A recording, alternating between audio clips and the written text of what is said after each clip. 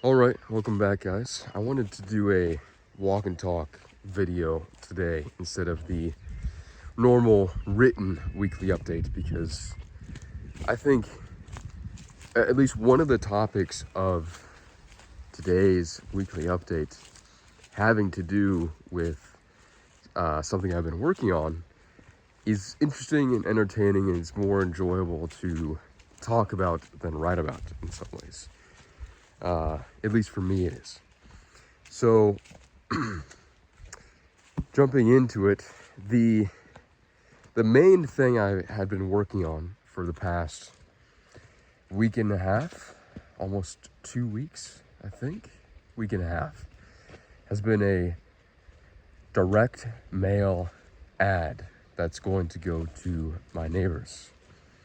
And it's an ad for the agricultural drone business I started not too long ago. Basically started at the beginning of October.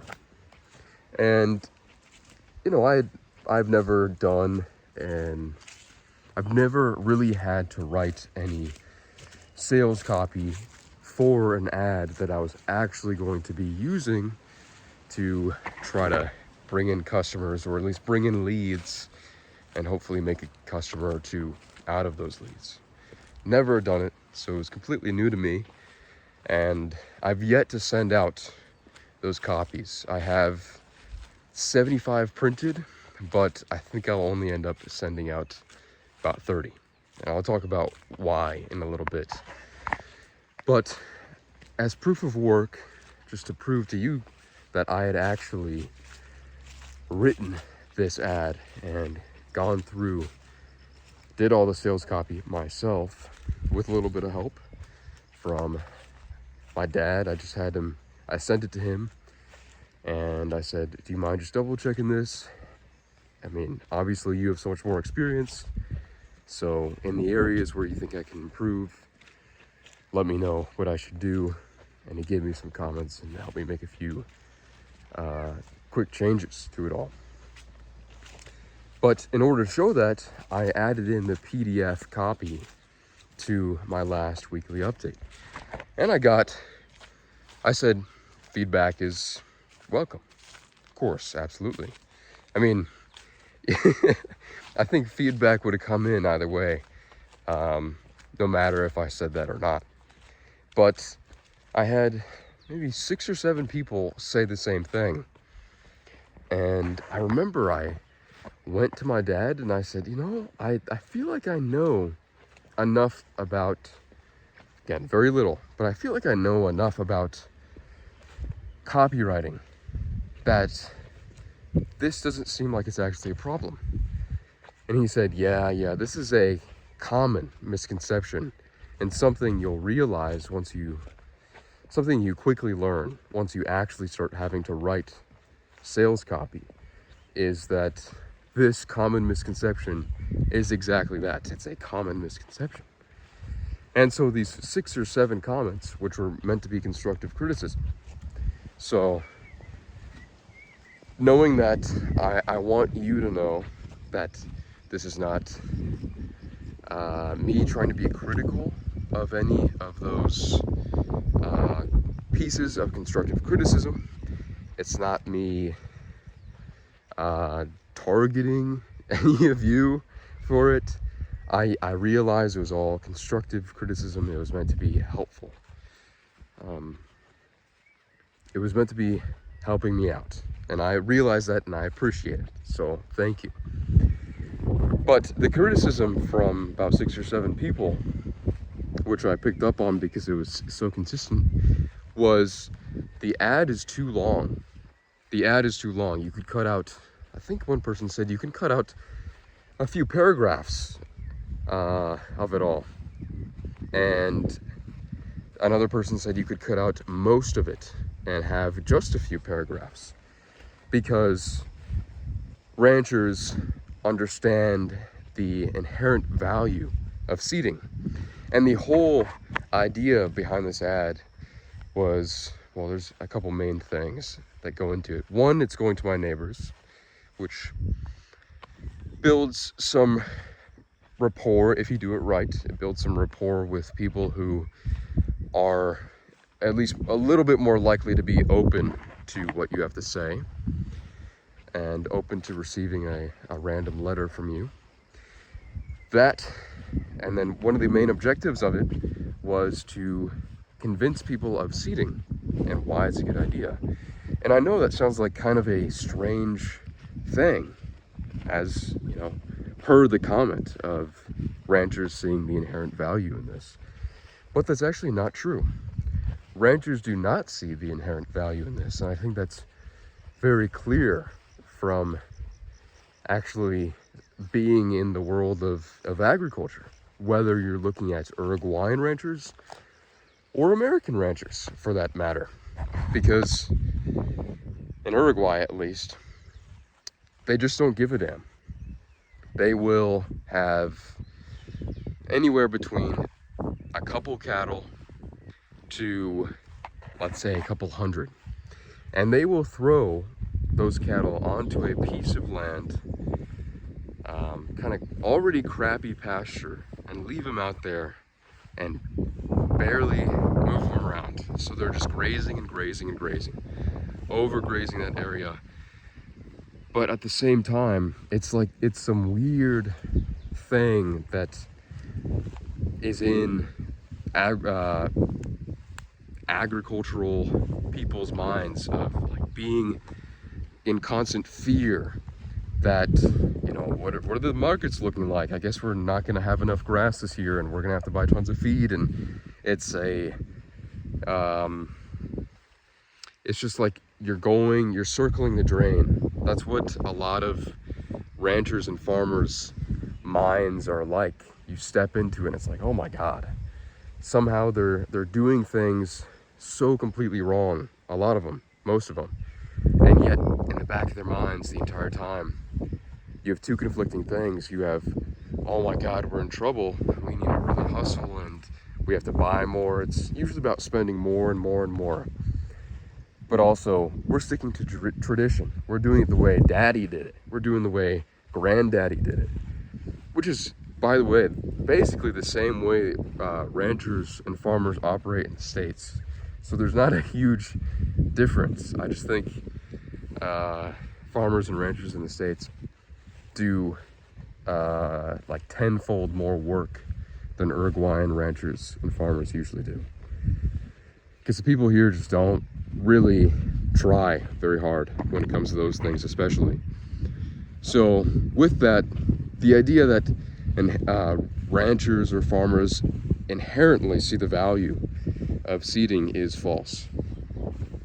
It's just incorrect. They don't. And so they need a little convincing. And that's why there were 4 pages of copy in there. And one of those pages was dedicated to demonstrating a scenario, using some evidence, of course, making some claims, and kind of working off of a hypothesis in some way. But it's all backed in fact, and it's difficult to explain exactly how you set it up and how you can set up something like that, an argument like that, and use evidence, because it's difficult and there's so many variables. There's endless variables that you have to analyze or try to analyze to present proper evidence in some cases. And when it comes to agriculture, there are a million different ways that people are doing things with different operations. There's so many variables. I mean, we're talking about variables in the cattle breeds they have, to soil quality and the chemical makeup of their soil. Everything is different. So you have to present a hypothetical scenario in some way, backed by some concrete evidence, to really get the point across. And the point I was making after doing a little research was how much more money they can make off of doing some seeding. And I started off with saying, you know, the average steer on average grass gains about 0.3 to 0.45 kilograms per day. And I saw that number pop up a few times doing some basic research, so it seemed reliable. And then I went on to say, just kind of doing a little math and figuring things out, if you actually seed and you have a good set of different grasses on your land, natural grasses, hopefully, and you have good grass diversity, obviously that's also going to improve soil quality over time. But besides that, you're also just going to have better grass overall. Seeding is also going to allow you to have higher density. So if you do that, I can't remember what the numbers were, but you can have your steers gain X amount more per day in a 200-day pasture finishing period, which is what ranchers do, is they put their cows out to pasture. If they do the pasture finishing period way of doing things, instead of sending them to a feedlot or putting them on grain or something for that amount of time, they put them out to pasture for 200 days to try to fatten them up as much as possible before selling them. And that's when you really want them to gain as much weight as possible. And when I did the math with those numbers that seemed to work out, the final total of how much more money they would make from that, from a set of about, I think I said 200 steers, was $21,000 more if you seed, in comparison to the guy who didn't seed at all. And that was the argument that needed to be made, because otherwise I could have said a bunch of fluff and just said, here's the drone, here's what I could do, hire me. And I'll give you, if you allow me to come out to your land and do a free multispectral mapping where I can take thousands of images of your pastures and analyze them and send the data to you, you can either hire me to do seeding or not. Then I would have been leaving out a critical piece where I'm actually presenting proof of something, which is where the convincing can happen to a lot of the ranchers who don't usually care. So it was necessary. But to address again, there's no emotion behind this. I'm bringing it up because it's entertaining to talk about, and I think it's a key point that needs to be spoken about, because it's a common misconception that, ads should be really, really short, quick, and to the point. Sometimes they should be, sometimes they shouldn't be, and you need to understand the target market to see what'll work. But even then, you don't really know until you actually try it. I still don't know if my ad is going to work. We'll see. I could be completely wrong. We'll see in the next 2 weeks, I think. But anyway, if you do any basic research, let's say maybe 5 to 10 hours of research into copywriting, and you look at John Carlton, Bob Bly, Gary Halbert, and Bond Halbert, you look into Mark Ford as well. There's lots of great copywriters in the world who make millions of dollars a year. Of course, Mark Ford isn't necessarily just a copywriter, but he's really good at copywriting. But these people make millions of dollars per year because they know how to write persuasively, and they can do the work well. Now, sometimes they do write a very short, quick ad because that's all that's needed. Maybe it's just a few paragraphs and that's it. And that works. But sometimes their copy will be 40 plus pages long. I mean, I remember if you go to AWAI, which I think Mark Ford is a founder or the founder of AWAI, which I can't remember what the acronym stands for, but it's a kind of like a school to help people start copywriting. And you can go through it. They actually have a pretty good course to help get you started. I don't think it's the best, I mean, it's just really hard to do something like that, so I understand. But it's a great course, and I did it, actually. But even if you go through their sales copy, the pages upon pages upon pages of sales copy explaining why you should buy their copywriting course, you'll see, if you're interested in something like that, now this is the point, you have to be interested to actually want to read it.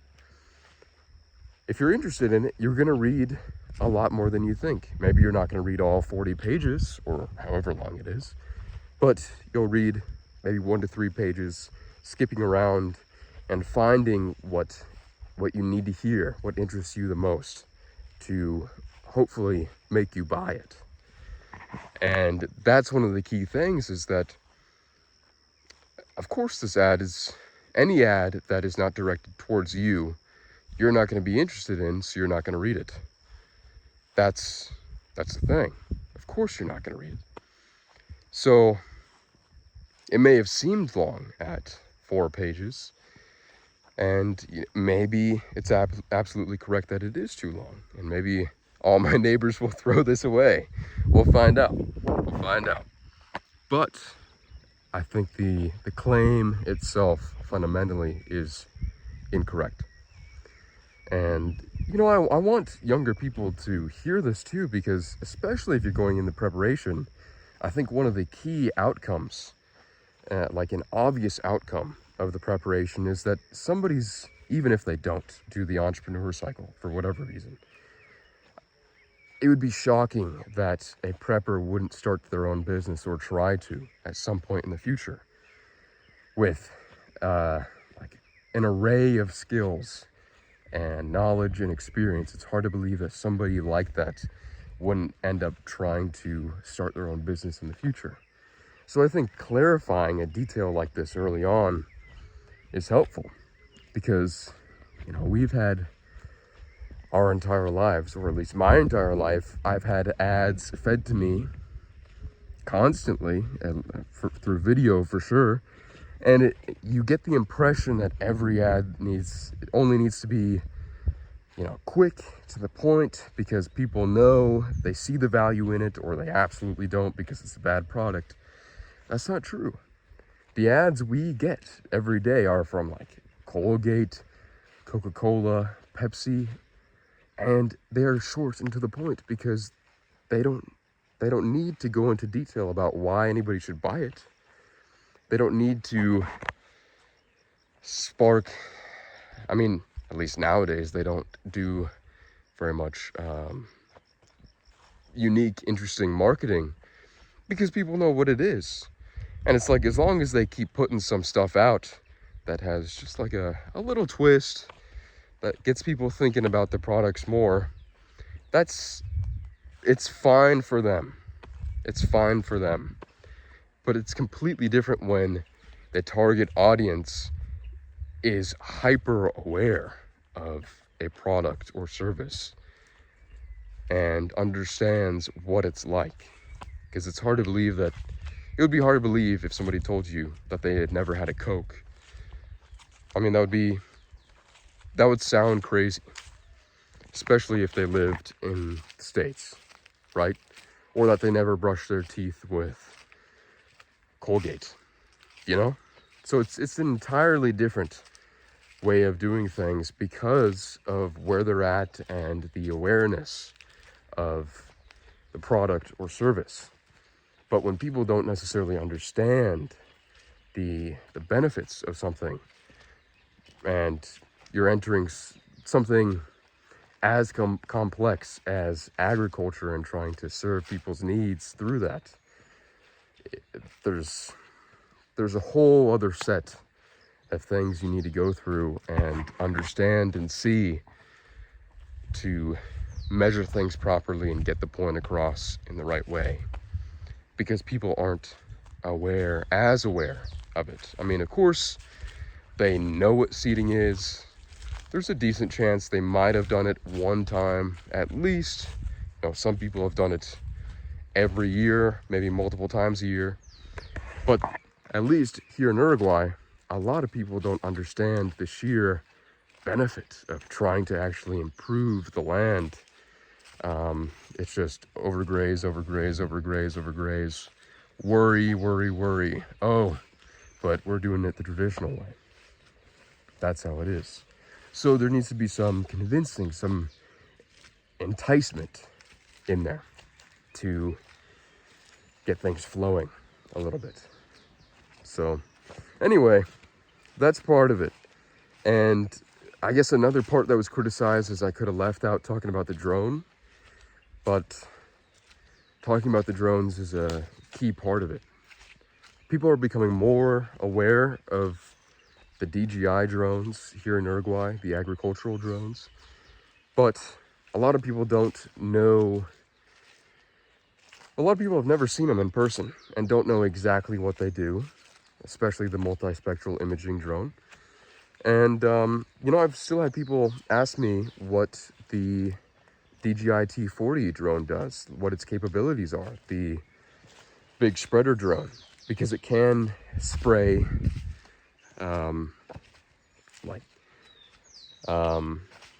herbicide and all that stuff. It can spray that, but it can also do granular fertilizer and seeding as well. And a lot of people still don't know about that. So these things have to be explained for people to truly understand. Yeah. And plus, there's the additional factor, actually, that a lot of people here in Uruguay do not have tractors. So you need to go into some detail about the fact that, that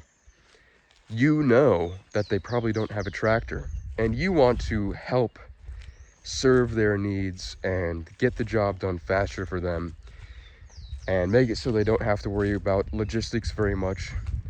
Basically, that you can just go out there, do a quick job for them. It'll be no problem. There will be no impact on the soil as well, which is an additional benefit of using a drone. You're not compacting the soil, and if you do compact the soil over and over again, it ruins it over time to the point where you can lose at least for any farmer or rancher, a noticeable or an amount that should be taken into account, a percentage that should be taken into account of soil or grass that is productive, soil that's productive. So that's another key aspect of it. I feel like I've gone on way too long about this, honestly, but it's just fun to talk about because it's something I've been working on. And so receiving the criticism, the constructive criticism, is helpful, not because I think the criticism itself some of it was incorrect, at least the criticism about it being too long, but it's helpful because it allows me to think more about how many details go into actual marketing. The amount of variables you have to take into account is almost never ending. And it's helpful to think about that and think about how many more of those variables there are than you would originally believe. But anyway, besides that, let's get into what I actually did this week besides talking about some constructive criticism. In the past week, I was trying to figure out how to actually distribute the direct mail ad, because, like I said, so many people, everyone around here has a slightly different operation with different needs, and you can't see that really by just driving around and leaving a letter at everybody's gate. It's just not going to work that way. So I went online and I tried to use ChatGPT to figure out a solution of how to find what ranches and farms in the area have cows on their land, and maybe how many hectares they own, how many cows they have. And it's all in a registry, in a government registry, but you basically need to send in a Freedom of Information Act request to receive something like that, and you need a reason to be asking for something like that, especially in a country where agriculture is the main thing. They want to keep those locked down, those details locked down, because it's most people's livelihood down here, and it's very important. So there's no way to access any of that, and I tried to figure it out. I think I wasted too much time trying to figure it out, actually. But I decided I'm just gonna have to eyeball it, and I won't be able to use the full 75 copies of the ad that I made, which is good because it's all right because it would take a lot of time to personally distribute all of those, and it didn't cost too much to have them printed. I'll only be able to distribute about 30, I think. So that's one thing. And this past week, the fun thing I did was go on a motorcycle ride up and down the main road here to look for potential places to leave the ad at. And I think I found a decent amount, not as much as I'd like, but it should be helpful at least. I just had to find places where I definitely saw cows on pasture connected to a main house with a main gate. And that's just what I had to look for and work off of. And I actually used Gaia GPS to do this, and I would mark off every point I saw. And on the map, I only marked off a few that were kind of back in part of the road that I hadn't been down very much, so I needed to mark those to remember them. But I saw at least 15 or 20 more besides that, so that should do. So I think tomorrow I'm going to distribute them, at least distribute a few of them, so I can actually get them out before we have to leave in a couple days. But besides that, I did a few other things when it came to marketing, and that was changing around some Facebook and Instagram ads. And this is another thing that it goes along with the marketing discussion, actually. It shows you just how you can't be sure of anything until it's actually tested. There's one ad, I had 2 ads created. One Facebook ad took me 5 minutes to write. I wasn't trying hard at all.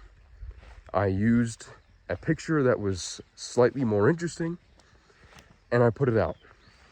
I had it out there for 10 days, not too much happening, a few leads, enough leads that seemed like it was worth it to keep going, but the ad naturally ended. And I thought, you know what? I'll test out a new ad that had lots more time and effort put into it. And that ad got barely any leads at all. So I went back to the original ad, the 5-minute ad. And then I get a lot more leads of people actually responding to me after I text them back, after they originally send me an inquiry. And that's just another example of how you never know until you actually test it out. The 5-minute one that took barely any time worked a lot better than the one that took multiple days to write, just because it was kind of based off of the direct mail ad. So that was interesting. I made those changes, and that was helpful. I'm not going to spoil what happened today. I guess some of you guys who follow me on Substack regularly already know what happened today, what came about through one of those leads that I got. But if you don't follow me regularly, I guess you'll just have to wait until the end of this week to know. But I'm definitely getting some more leads, which I'm happy about. More inquiries into the agricultural drone services, which is very nice, especially because I want to make the most of the entrepreneur cycle, which is going to be finishing at the end of December. And it'll have to end, I guess, just before Christmas, because on the 28th of December, I'm going to be going to Japan. I'll be there for about 3 weeks.